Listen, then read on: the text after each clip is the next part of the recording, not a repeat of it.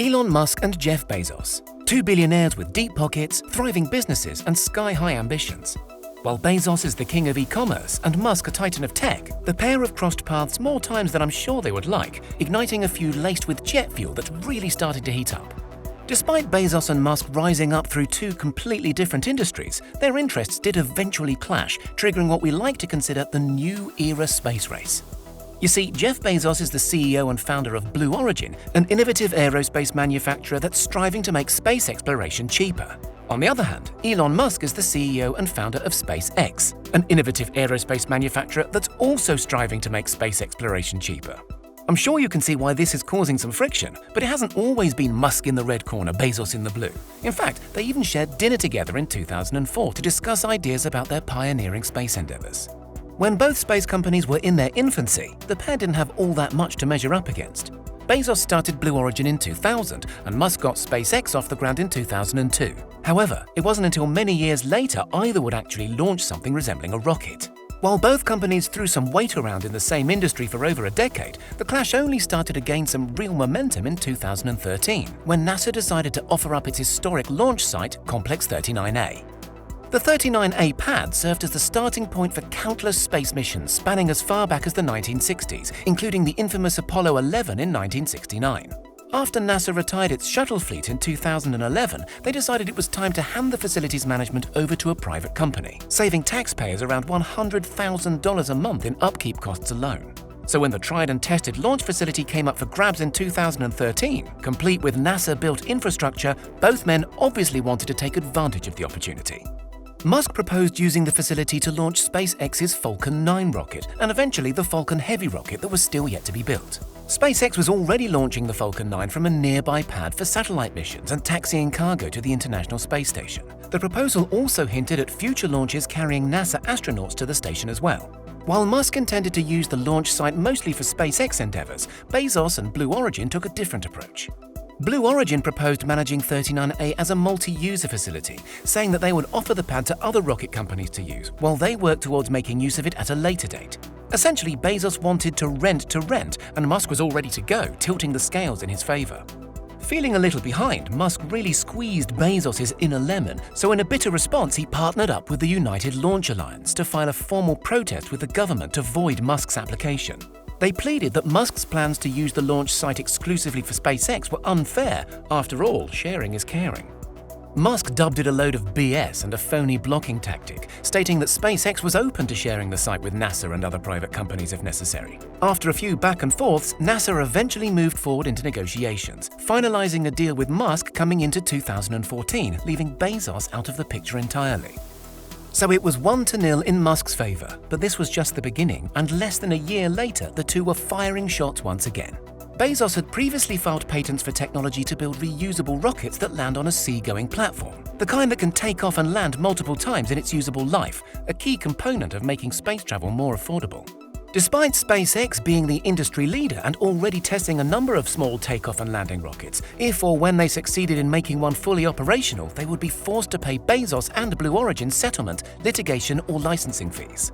Musk, being a big player, didn't fancy the idea of shelling out cash to his competitor, so disputed the patent profusely, stating that the idea of launching a rocket and landing it vertically is an old one. Musk even mustered up some old sci-fi footage that showed space rockets landing on boats, explaining that the Blue Origin patents were a demonstration of old ideas and repeated technologies.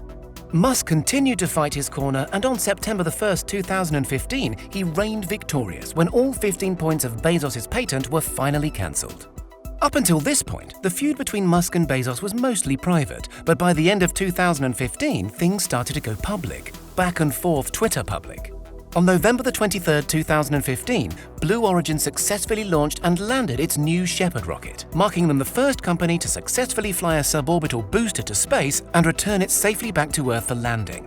Bezos made his way to Twitter and said, "The rarest of beasts, a used rocket. Controlled landing not easy, but done right can look easy," alongside a short video clip. Musk responded with a tweet of congratulations, but he couldn't just leave it at that. He went on to say that it's important to clear up the differences between space and orbit, explaining that it takes speeds of Mach 3 to get to space, which is what Blue Origin achieved, and Mach 30 to get into orbit, which is what Musk said he was on track to achieve.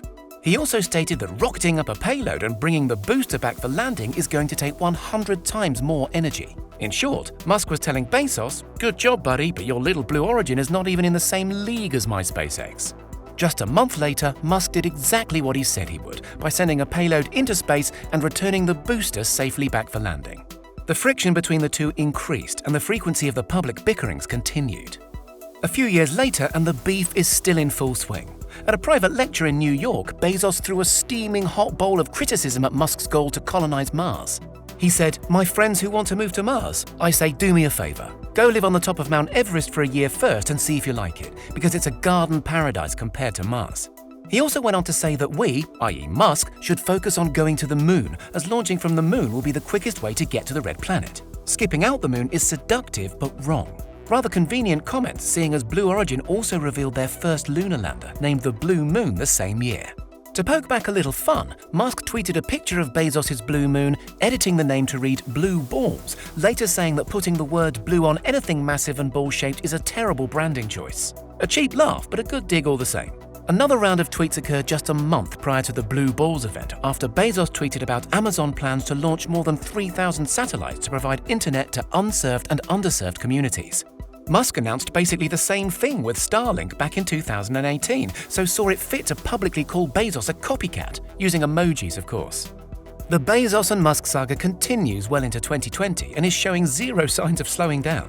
Elon Musk tweeted on June the 4th that it's time to break up Amazon and that monopolies are wrong, tagging Bezos, who is currently the richest man in the world.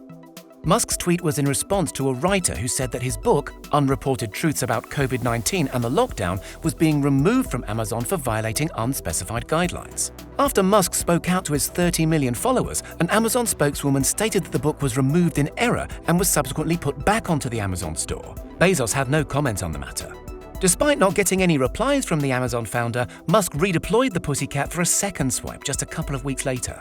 The tweet came after Amazon acquired Zoox, a self-driving car startup, for a little over $1.2 billion in June of 2020.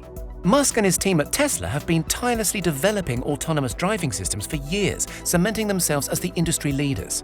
Sure, they have a few competitors, but they are way out in front of the pack for the time being. Zoox is already viewed as a progressive, up-and-coming company in the field of autonomous cars. The huge influx in capital that Amazon will surely pump into the venture could mean a new ping on Tesla's radar. So a copycat tweet was the obvious go-to, this time followed by a ha-ha. The Bezos and Musk feud has spanned over decades, sometimes serious, sometimes harmless. However, things are inevitably going to start escalating. Both men are incredibly powerful, and they certainly have the capital to back it up. Now that the pair share not only the space exploration sector, but also the internet and self-driving car sector, they could start clashing heads ever more frequently. Believe it or not, this is potentially great news for all of us, and not just on the entertainment front. Competition of this caliber means progress and urgency. With Bezos pushing Musk and Musk pushing Bezos, these new emerging technologies will likely get to us sooner, be better, and potentially be cheaper too. Let's just hope one doesn't bankrupt the other in the process.